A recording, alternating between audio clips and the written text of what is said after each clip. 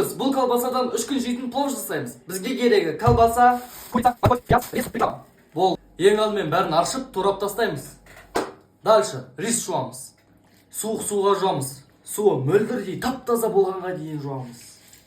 Дальше рисіміз суық суда тұра берсін, ал біз жарт етеміз. Май құямыз. Май қызыды, пияз қосамыз. 2-3 минут жарт етеміз. 3 минут өтті, курица қосамыз. 3 минут жарт етеміз. 3 минут өтті, сәбіз қосамыз. 3 минут жарт етеміз. 1 қасық тұз, кішкене черный перец, чуть-чуть паприка. Қайнаған су құямыз. Қайнағанын күтеміз. 10 минутқа крышкасын жабамыз. 7000 подписчикқа жеттік. Бәріне көп рахмет. Бұйырса 10 000 подписчикқа жеткен кезде 100 адамға тамақ таратамын. И вот кішкене көмектеріңіз керек болып тұр.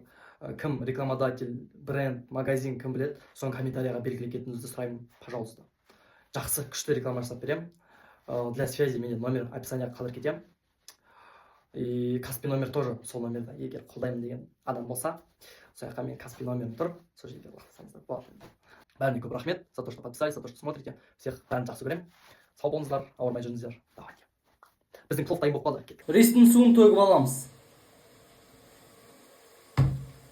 10 минут өтті. Күрішімізді қосамыз.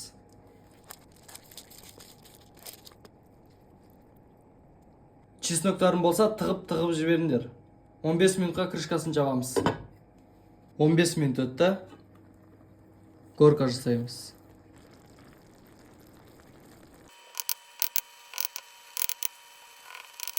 Он минутқа крышкасын жабамыз.